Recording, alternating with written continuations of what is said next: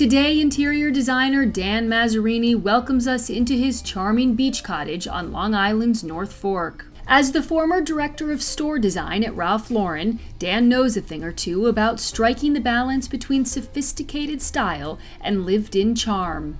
Clean lines meet collected objects, creating beautiful vignettes that feel personal and full of story. When it comes to knick-knackery, I really lean into my fancy hoarder tendency, which is buy it and you'll find the place for it later. But despite being a peaceful escape from Manhattan's bustling energy, Dan can't help but bring a little bit of the city to his North Fork home. Our friend Steve, his dad was the head bartender at Sardi's in Manhattan for like 40 years.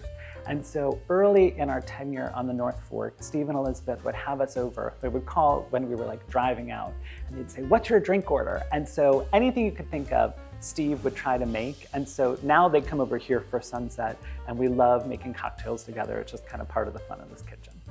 Designed for entertaining, welcoming friends, and celebrating the ocean views, this home captures the magic of the East End and the joy of sharing it with others. We really want this to feel like, in my phrase, like the full fantasy, right? And so whether it's Ina Garten or Nancy Meyers or like pick your favorite sort of coastal grandma, for me, this house needs to feel like a big cashmere sweater. To watch Dan's full episode ad-free, scan the QR code or click join below. Homeworthy, nice to see you. I'm Dan Mazzarini of Mazzarini & Co. Welcome to our home on the North Fork. Come on in.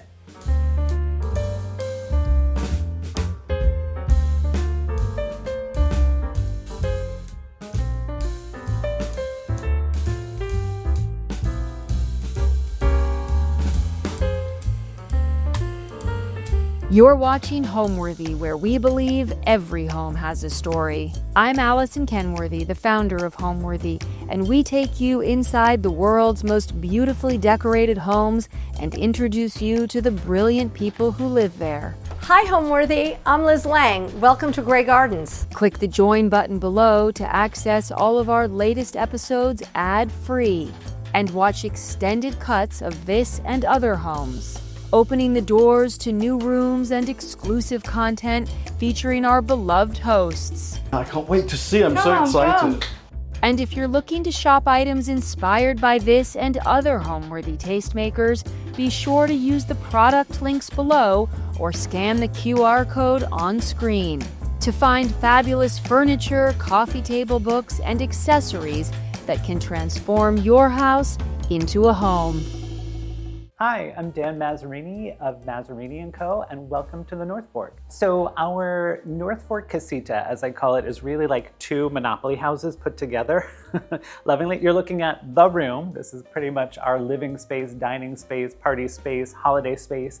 And then over to the side, we have 3 little bedrooms and 2 bathrooms. It's kind of everything we need and not an inch more. When Andy and I were looking for houses, we've been on the North Fork for, I think, 10 years now. Our last house was very sweet and a little bit older than this, but we manifested and we said, we're looking for a view of the water, a pool, and a fireplace. And this house had the view and the fireplace, so we put in the pool, which was like a totally arduous process. But beyond that, we love that this little casita has held us through a lot of big changes in the world and is everything we need and not a square inch more. This home is 1978, which is a great vintage. And one of the things I think I say that about is Andy loves a house with a dry basement. So I love a big old house. What you get in the 1970s are big concrete basements. And so the outside of the house really matched that when we got it. It wasn't beautiful in a word. It was, I described it as like a caca colored house. Take that for what it is. And so I think, the vintage of the house really was reflected in the flavor on the outside. But once we kind of got our hands on it, we just wanted this really sweet seaside casita. And so a little or a lot of white paint goes a long way. And so now our house is white with black shutters and kind of this sweet little seaside vision. So what was once very 1970s, we've tried to sort of like bring it a little more current.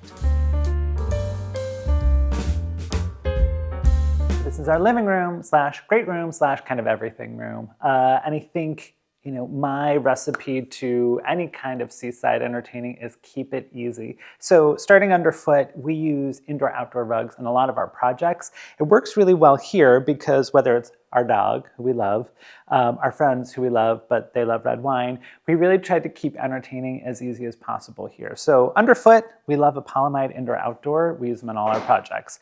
Next, our sofas. We've got twin white sofas. Now, deep in a global pandemic, Andy and I sort of like laid here and watched TV a lot. So I was like, they're sofas / coffins. Great news, they ended up being sofas. But I say this because it was, what do you do with white sofas and how do you make them durable? For us, everything in the house was white at the time, so they're sunbrella. I've taken them, I've OxyCleaned them. We really made them as easy and carefree as possible, so you too can have a white sofa. These chairs actually were a great score. There's a store, I love shopping locally on the North Fork, and these are from a little shop called White Flower Farmhouse. Lori there is she has a great eye and she's a great shopkeeper. These were really crusty dusty. I like crusty dusty, but these were like really bad.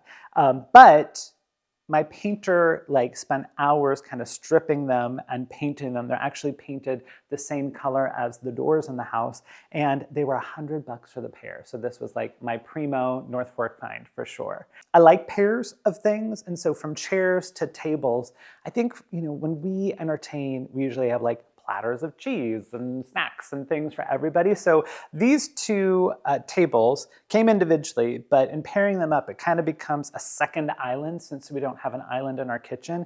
And so this really, it's full of shit right now. But basically, we use this all the time when we entertain. So we kind of smush stuff around.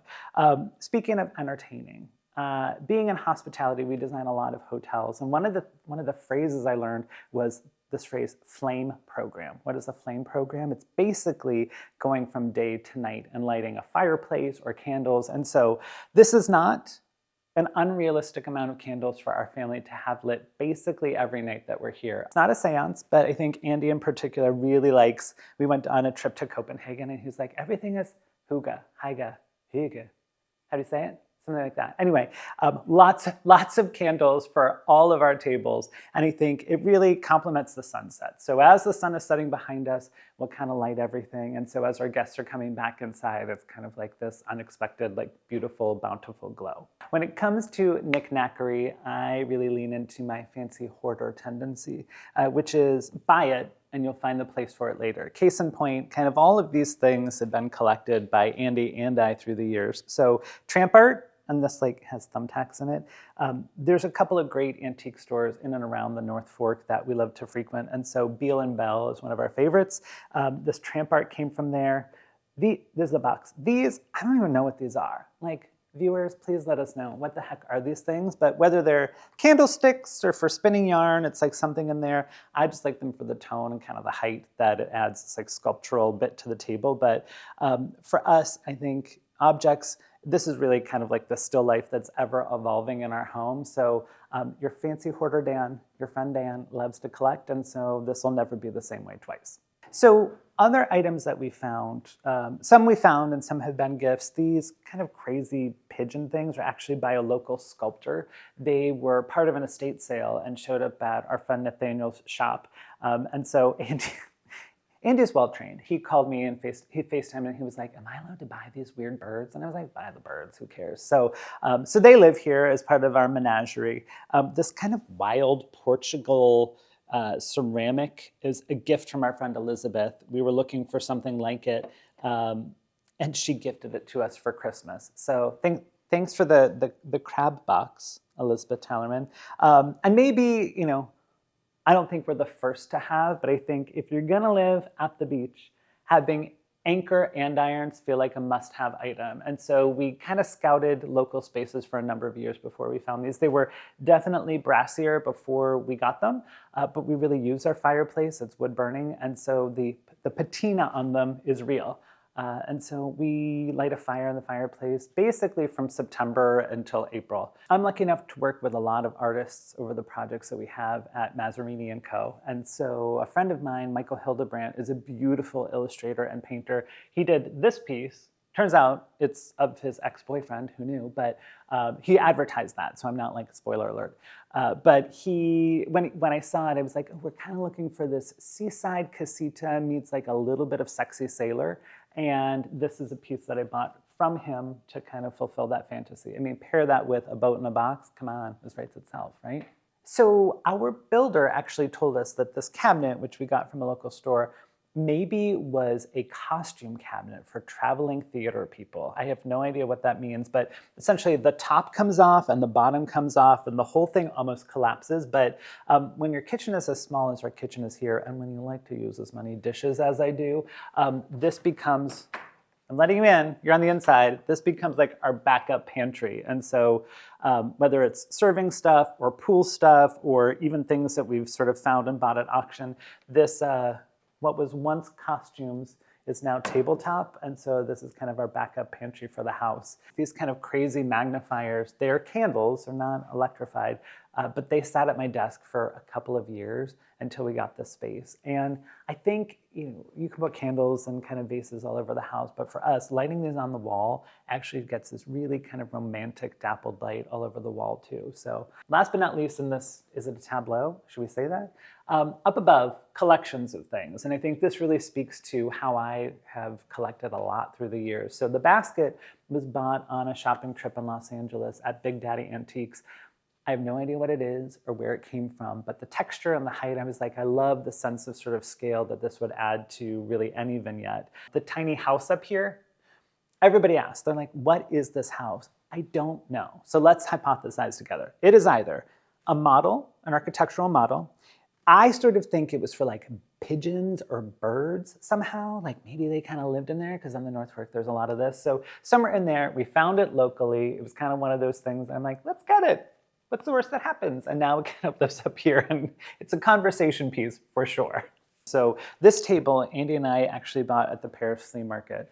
It was our old dining table in our Greenport house. The leaves, actually the whole thing flips out and these are little pieces that sort of extend so you can make this an actual dining table. But this is one of those things that have a lot of sentimental value because we brought it house to house and we've had birthdays and dinners and holidays on it. So this is a fun one. It kind of lives at this console now. A local merchant made this mirror. It's actually like a reused farm piece. And so I loved just the galvanized texture, but we saw it in a store of all places, and a clothing store for the salting.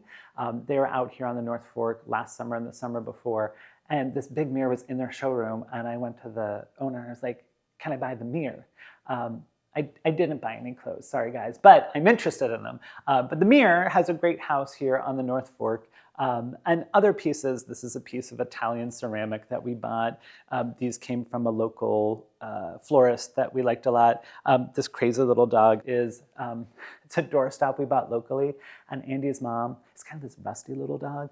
She named him Rusty, and so now everybody asks how Rusty is when they're coming to visit us. So, but from sort of buffet to dining table, I think we love to entertain, we cook a lot, and we wanted this to feel casual. So I went to my visual vocabulary of chairs and dining spaces that I've loved through the years.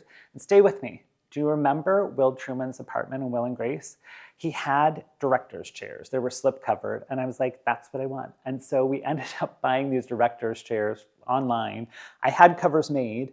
I didn't like the covers, but we kept the director's chairs. So they're also white Sunbrella. We've bleached them, we've thrown them in OxyClean, but this paired with a really big round table, we sit up to 8 people around here, and we've added card tables on for the holidays. It's definitely a casual setting, but lives sort of in that cinematic way that I wanted to approach the house. It's all topped off by this light. I actually designed this light. It's just a paper shade with a leather whip stitch on it, but we have a vendor who I've never met. Do you get this sometimes? Vendors who you don't know, but you talk to all the time.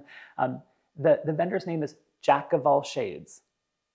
That's pretty good, right? Jack of All Shades made this huge lampshade for me. And the first one came in and it wasn't big enough. I was like, it needs to be bigger. And so now everybody hits their head on it when they stand up like it's a crazy piñata. But it's, for me, I love a paper or a linen shade. I just think it's really glowy and ambient. And so whether it's a dinner party or cocktails or just watching a sunset, we always sneak in and like turn on the lights. And this shade really sort of sets the scene for the evening. This renovation actually was twofold. We bought the house, we closed in December of 2019, and very quickly came in. All of the walls were brown, sort of barnwood. The floors were all carpeted, like the original 1978 sculpted carpet. And we pulled everything up. So in a fit of DIY, we pulled up all the carpet to reveal all the plywood floors. And I had a full designer fantasy that Andy was like, babe, you do the thing, which was paint the whole house white. I meant doors, doorknobs, hinges, countertops, everything got painted white, to the point that my painter was like, are you okay? But it all worked out, except that the world had very different plans for everybody in 2020. And so we ended up moving here full-time in March, only three months after we closed, into an all-white house. Cut to me and Andy at the time, emptying our New York City kitchen, showing up like to an empty kitchen here, having to load everything in. We had to make the beds the first night, like we didn't live here yet, and we moved in full-time. So renovation 1 was an all-white house in the middle of winter, where you can imagine a white sky of winter reflected off the water. The sky was white, the water was white, the yard was white with frost, the house is all white. Andy was like, I feel like I'm in a straitjacket, babe. We need to like do something different here. And so renovation number 2, when it came up 2 years later, was a more colorful take on the North Fork. And so we pulled in colors from the greenery that we got to see for a couple more seasons, colors of terracotta and things that just really felt warm and homier to us. And so renovation 2 was my take on a more colorful point of view of the North Fork. One of my favorite things about this house, specifically kind of how compact it is that there's windows kind of on all of the sides. And so the way that this house is sited, the sun comes up over the kitchen and over this bay window, kind of around the side, and then we get a beautiful sunset out the back. But this is kind of a fun fact. Before our official renovation, there was no window where that window is now. And so this is like the sunniest elevation of the house all day. And so I was talking to the builder and I'm like, what if we put a window where a window ought to be? And so that's where that window kind of came from. But the kitchen itself was a mix of 2 things. Number 1, aesthetics. I kind of wanted this country kitchen. And so flat front drawers mixed with beadboard, a little bit of this detail, certainly like unlacquered brass, things that would patina. That all kind of was really helpful. The reality is we used the heck out of this thing. And so we wanted spaces that were durable enough. Cue these soapstone countertops. Now, some people think soapstone is challenging. For me, this has been an actual dream come true. It lives like granite. And so we, don't tell anyone, we like cut right on it. You can leave lemons on it. You can kind of do anything. So acid and etching and cutting and all those things, it doesn't show anything. And so this is, I mean, Andy's like, don't ever bring me another countertop, like it's not gonna happen. And so soapstone is definitely the way to go. It is a living material, which means that you have to oil it if you want it to sort of maintain its dark color. But for us, I like when it sort of gets brighter and you start to pick up some of these green tones. So a little bit aesthetic, a lot of function. We packed a lot into this kitchen. Speaking of packing a lot into a kitchen, cue collections. So these little cabinets, obviously we're not enough to hold all of our things, but I'm in love with the splatterware from a company called March. They have the most beautiful store in San Francisco. Sadly, they're closing their doors the end of November, so if you missed it, you snooze, you lose. But splatterware is sort of a go-to Dan Mazzarini feature, and so I've been kind of collecting it at different places through the years. These are from March. These are from the Williams-Sonoma outlet. I am equal opportunity for all of the glassware that we have, but I think I like the texture, I like the color, I like the splatter, and the way that it sort of helps decorate a table without needing to dress it formally. So cabinet number 1, cabinet number 2, glassware, etc., etc. Pick your poison, literally. What can I get you to drink? But I think for me, a lot of our stemware has been collected through the years. And so these we got at the Paris Flea Market. These are from CB2 because they break all the time. These are the, you know it, these are the Ina Garden wine glass, right? Guys, get them, they're the best. But I think we love to entertain, and our friend Steve, his dad was the head bartender at Sardi's in Manhattan for like 40 years. And so early in our tenure on the North Fork, Steve and Elizabeth would have us over. They would call when we were like driving out, and they'd say, "What's your drink order?" And so anything you could think of, Steve would try to make. And so now they come over here for sunset, and we love making cocktails together. It's just kind of part of the fun of this kitchen. Because this is a small space, I'm going to let you in on all of the secrets. I'm a strong believer. This is like a design Bible, Dan Mazzarini moment. Panel front appliances are really important. So this is our dishwasher, and this is our trash can. I feel like friends of mine are like, "Oh, you got the fancy dishwasher. That doesn't look like a dishwasher." I'm like, yeah, that's what design people do. So dishwasher, trash can, big fridge. This is the funniest thing to me. Our friends were here 2 weeks ago. We've had this fridge for like 4 years. Our friends were here 2 weeks ago, and he was like, "Do you know that you have a water filter inside your door?" I did not. I did not know. And he was like, "Oh, it's the best chilled water. I can't believe you didn't know you didn't have that." So my bad, but I guess you live and learn on even homeownership sometimes. So, all right, small space living. You know it's going to happen. If we were in the city, I would open my oven and there would be sweaters inside. But here, there's white Le Creuset inside our oven. We don't have enough space for it, so someday there'll be a bigger house, but this little white seaside casita has Le Creuset in the oven that we bring out every weekend and use, and we put back in because we don't have enough cabinets. So next to our bar, and this is kind of where we make cocktails looking at the sunset, collection of things. This green lamp is from Curry & Company. It's kind of one of those things, I knew I wanted a lot of green in this house, like a mix of greens. And this lamp kind of showed up on my Instagram or my search, and it was like, that's the one. It turns out Andy loves this lamp. He's like, "I love that lamp with the weird rings on it." I'm like, great, everybody's happy. But we really do kind of use the space as a bar, and kind of like all of our mixing happens here. And the backdrop, probably splattered with cocktails through the years. This is a painting that we bought deep in the pandemic. We went to Maine because we could drive there, and it didn't really require us being anywhere other than outside. So one of their beautiful antique stores up there, I bought these like apples. And then this is a photograph by Kim Ryerson from Robin Rice Gallery. When I worked at Ralph Lauren, we worked with the Robin Rice Gallery all the time. And Robin has a great eye, particularly, I think, for like black and white and other photography. So this is a piece that I got when I worked there. And yep, it's a butterfly, and it just seemed to kind of make sense here. So this bar setup wouldn't be complete without this little ice holder. So this is something we got at the Paris Flea Market. I'm like, it's kind of like a big bolt, which I think is cool. And so, Bolt, Jolt, let's have a cocktail. I think we're kind of like in the same vein there. Last but not least, in this corner of this very small seaside casita, on top of the fridge is this other house. And so this is like the big mama. Everybody's like, "What is that?" Again, I don't know if it's for animals or birds or just a model, but everybody's like, "Did you have that made to be up there?" And the answer is no. But fancy hoarding can pay off, and it turns out it was kind of the perfect scale for on top of the fridge. So voila, that's where our little maquette lives. This is our little powder bathroom right off the kitchen. We painted all of our doors this grove green color, whether they're black, shiny black doors that we have in the city. Here, I wanted something different, a little bit cottagey, and so I painted the doors green.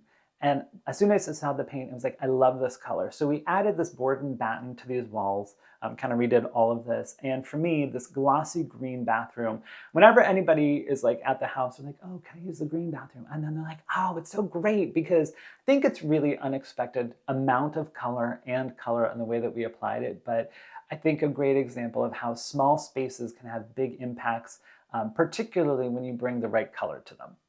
I've always been creative, I think, and I had two creative grandparents. My mom's dad always loved to illustrate, and he was not an illustrator by trade, but he always taught us to draw and would do these big caricature, like Disney cartoons on paper for my sister and I to color. And so he always encouraged creativity in us. My other grandfather was a tile setter, and so I think putting these things together, I always loved DIY. I always loved getting my hands dirty, and I think there's something about building physical space that is backdrop to how people live their lives. And so I think that combined with, I'm a kid of the 80s, like I love growing up with rom-coms. And so for me, being creative and kind of combining that with this cinematic vision of what spaces were, I think I fell in love with homes and fell in love with spaces and just sort of the dreamscape of all of that. So I actually went to school for interior design. It stuck. I have an interior design degree. But I remember before that, I didn't know what I wanted to do. And I was interning for my uncle, who was a doctor. And I did the whole summer, and I was in the hospital and kind of doing the whole thing. And at the end of the summer, he's like, Danny, what do you think? Do you want to be a doctor? And I said, I could be a doctor. And he said, do you want to be a doctor? And I said, I don't know. He said, let me give you some advice. Find something you like well enough that you would do it for free, and then do it well enough so that people pay you. And it was kind of this light bulb moment where I was like, I don't want to be a doctor. So I had to tell my mom I didn't want to be a doctor. She was obviously sad. But I will say I've been happy to sort of use the interior design degree that I have, built, I think, a wonderful team and company. And for me, it's a pleasure every day to be able to build spaces that are the backdrop for people's lives, no matter what kind of project it is. And it's really been the most fulfilling career path that I could have chosen for myself. My design philosophy, I think, is about crisp comfort. And so when we decorated this home, I wanted it to feel comfortable for us. We love to entertain. We both have big families. We have a lot of friends that come out. Certainly, we hope for more than the view, but we wanted it to be comfortable. And so everything here is really chosen for not really durability specifically, but to make people feel like that sense of hospitality and welcome. So we welcome wet bathing suits. We want people's glasses to be full. We want the grill on all the time. We want kids in the pool. It really has been a house that has nurtured us through some really challenging times in the world, but also helped us celebrate. We were lucky enough to throw our friend's wedding in the backyard last September. And I think it's a great example of how this house really says hospitality and welcome. So it's casual, it's crisp, it's sort of become our best version of what a seaside cottage should be. This porch actually has a great story. We've been looking at houses in this town called Bellport, and we made this insane offer deep in the pandemic on a house and didn't get it. And we came home, we were all dejected. And Andy was like, well, the thing we really loved about that house was the porch. So we just built the porch, is basically what happened here. And this room, at one point when we got the house, it was only as wide as these doors are. And we kind of tripled the size of this porch. So it's deeper and it's taller and bigger. I love this little window that we added up here. But this is kind of like the all-season, all-purpose room. We certainly dine here. We can put 8 or 10 people around this table. This becomes not really sunset viewing. This is more like summertime napping out here. But our porch is sort of the second living room that this house doesn't have. And so we really do use it almost all seasons. We have hosted Thanksgiving at this house just about every year. And without doubt, without fail, Andy's parents will be out here for appetizers. Before they're ready, but they're ready for the appetizers. And so we use this porch really all the months. A great example of durable indoor-outdoor furniture. And so teak tables, these are indoor chairs that I had painted white. Restoration table. The seating is all from the Williams-Sonoma outlet. Are you sensing my Maxinista theme here? But it's all great pieces that kind of go the distance. How we brought a little bit of spice to this room, I think, is this checkerboard rug, indoor-outdoor, and this table and that table. Now, if you're paying attention to the store, you'll be like, those are also green. Yes, these are the same green as the indoor doors in the house. And the round one in particular was our old dining table on our much smaller porch. And so second, third life for this, whatever it would be, we ended up painting this green and kind of using it at this really overscale side table on the porch. And so whether it's hurricanes or it's been used at a bar when we had a wedding at this house a couple summers ago, the porch is really the space that triples our living space. It's our second living room that we didn't have. And I think yet another good example of high-low, old-new, and a little bit of found being the right equation for us. one of the things we were looking for in this house, this version of this house, was a pool. And when you do a pool, for me, this was the most opaque process as a designer that I've ever experienced. So one day, we were leaving actually, and this dump truck is pulling up, and we're like, can we help you? This guy's like, I'm here to dig the pool. All I could think of was the movie Money Pit, where they're like, it's demo day. And I was like, oh, it's demo day, turn around, Andy, we gotta like take care of these people in the yard. So they show up and they dig this gigantic hole in our backyard and pile all of the dirt on the other side. So the view behind me was blocked by this mountain of dirt for like months without sort of understanding what the heck was gonna happen next. But the pool eventually got finished, and landscaping turns out was like the most satisfying instant gratification moment in this whole process. We wanted really mature trees, and so we have huge boxwoods out front. They're like bigger than I could reach around. And in the back, we did a privacy screen of hornbeams that were 16 feet tall. And so I look out the window one day when they're bringing in this landscape, and they have these trees on forklifts, and they're like bringing full trees like through our backyard. And I was like, is the earth moving? Are the trees moving? What the heck is happening? So net, it looked mature day one, but it was a little like, what the heck is happening in our yard in the process? So the pool, which led to the landscape and kind of all that, was not an overnight transformation, but ultimately sort of the fastest instant gratification once they rolled out the sod.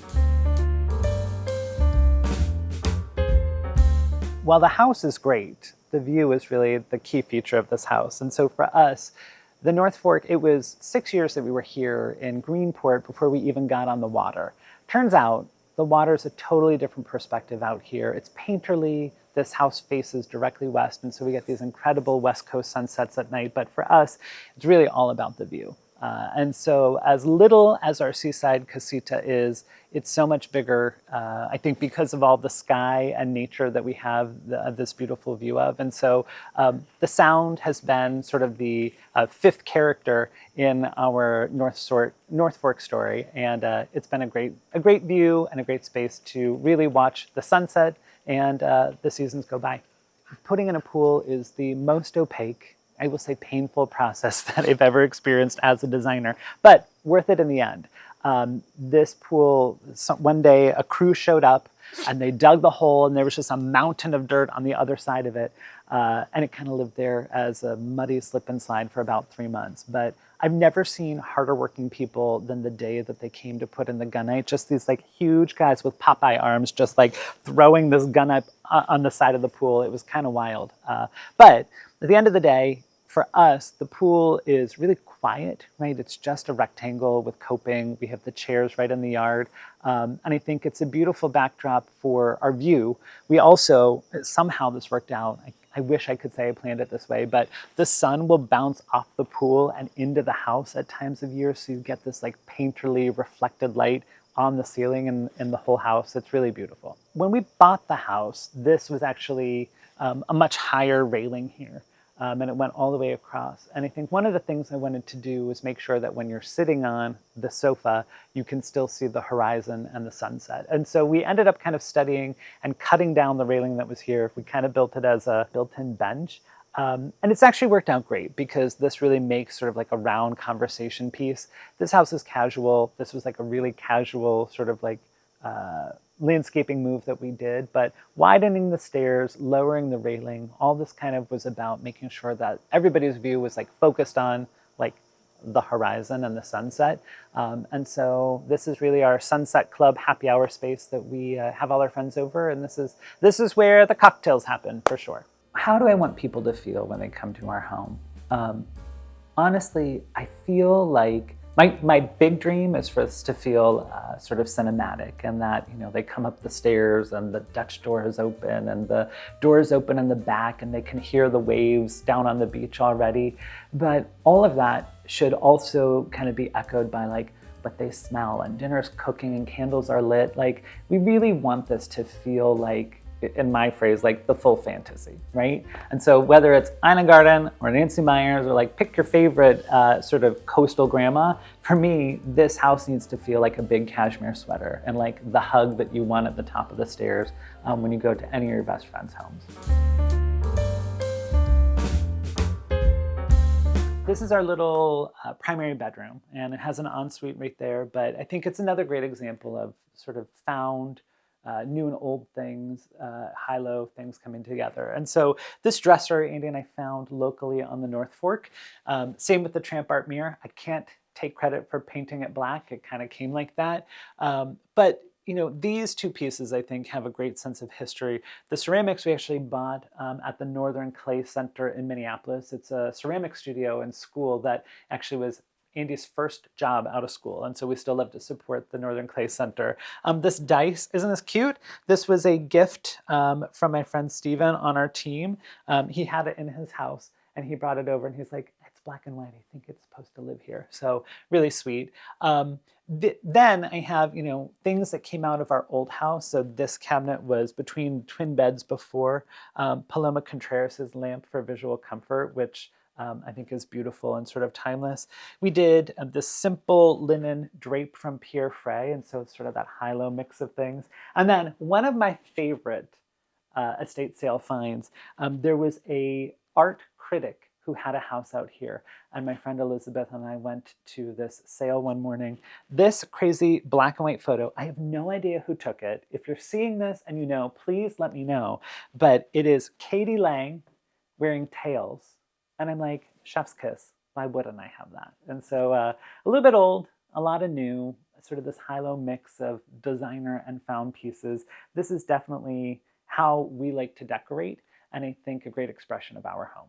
I like to support artists, sort of period, end of sentence. But these baskets are a friend of mine. His name is Michael McGuire. He's Chicago-based, and I met him probably 20 years ago when I was working at Ralph Lauren. At the time, he was doing kind of these beautiful architectural illustrations. And we've just been friendly and like in touch, and we've used his work in a lot of our Mazzarini & Co. projects. These are actually a series from a collaboration that we did with him. And so they're with ArtStar, and if you love them, they can be yours. But I think they're really like, it's a special thing to work with an artist and sort of bring a combined vision to life. So that's a really fun sort of way that we were able to bring his work to our house. The bed, if it looks really familiar, is Williams-Sonoma home. We use Williams-Sonoma in a lot of our projects, both residential and hospitality. And it's interesting, I think as a hotel designer, a lot of how we entertain and the simplicity of like how we make beds and how we set tables comes from our hospitality background. And so Williams-Sonoma, I think, does a great job. It certainly says seaside to me in its woven sort of seagrass sort of texture, but yeah, simple primary bedroom. This is the teeniest, tiniest primary bathroom that you'll ever see, but I think it actually is very cottage in its vibes. It's a mix of what I think are sort of high-low things that have been my favorites to use through the years. So the sink and the whole sort of marble with brass vanity legs came as a kit. I think this was also from Wayfair.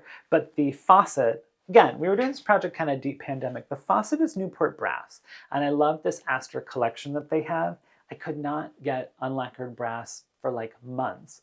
I went to eBay and I found the thing I wanted, still in a brand new box condition, and so got what I wanted just sort of in a roundabout way.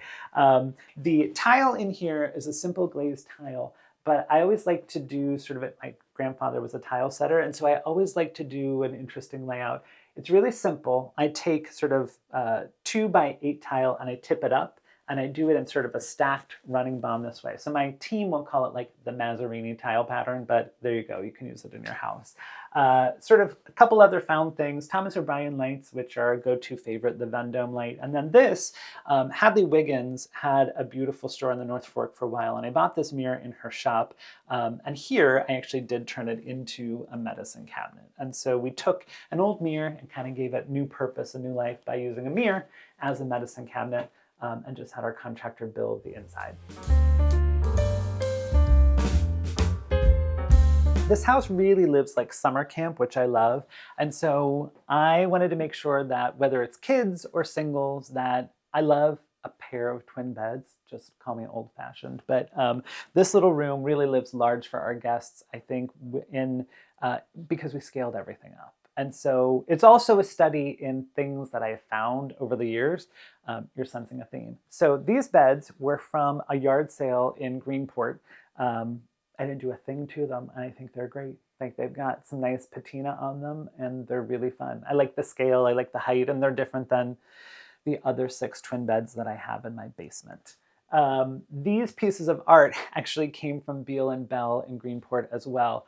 I bought them 8 years ago, and they're pretty big, so I didn't really have the walls for them then. So they lived in our old garage. So we would like pull our car in, and it was like decorated with these pieces. But here I thought they're kind of this weird contemporary or like mod yin to this more traditional yang that we're doing in here. These little rabbits, Andy and I bought on a trip in Provincetown. They're from On Center Gallery, and the artist actually uses found materials from the ocean in making these kind of fanciful creatures, and so I thought they were kind of fun. This kind of feels like playful and spirited.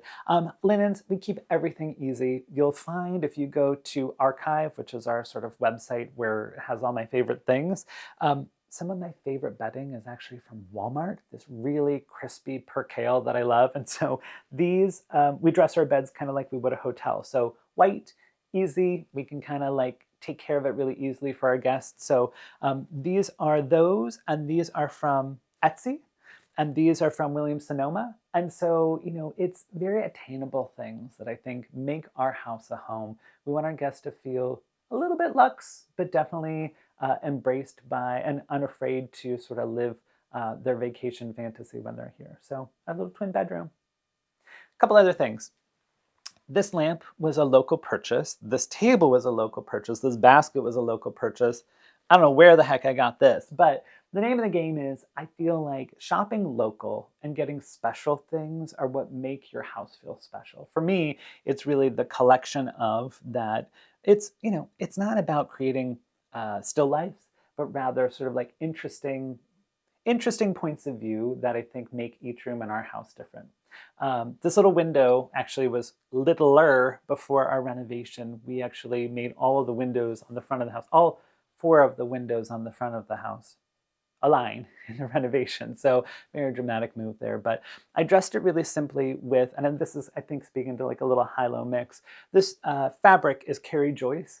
And when I was at Ralph Lauren, I would sometimes take these beautiful stripes, and then at the bottom you can see there's a cuff where I just rotate it 90 degrees. And so beautiful Kerry Joyce fabric and kind of this like blast from the past detail on drapery.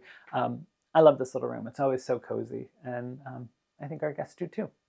Andy and I both love having our families come to visit. Andy's from Minot, North Dakota. And so as our parents have moved, we have started to inherit furniture and things from our childhoods. Cue this little green stool that was in Andy's grandparents' farm in Minot, North Dakota.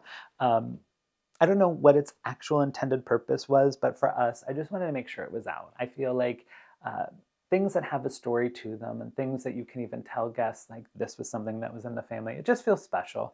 And I'm a big believer in living with the nice things or like the antique things every day.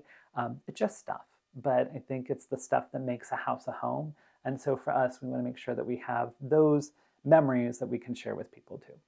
I like spaces and things in spaces that have stories associated with them. So like not all your furniture needs to be the provenance or the whatever, but I like things that have a story. So whether it's a table that we bought on a trip or a lamp that we bought after 2 glasses of wine at brunch one day, I think that there's a lot of why in this house. And so the soul is how it comes together, but I also think it's the process of bringing it together that, for me, brings a lot of joy along the journey to building a house. I think home means obviously more than just a space. It's the events, it's the memory making, it's the feeling, it's the lighting of the candle, it's the shaking of a martini. It's kind of the backdrop to all of life's best experiences. And it is sort of the envelope for the people that you want to bring into that along the way. Thanks for watching. Be sure to go to homeworthy.com for exclusive content, shopping guides, and so much more.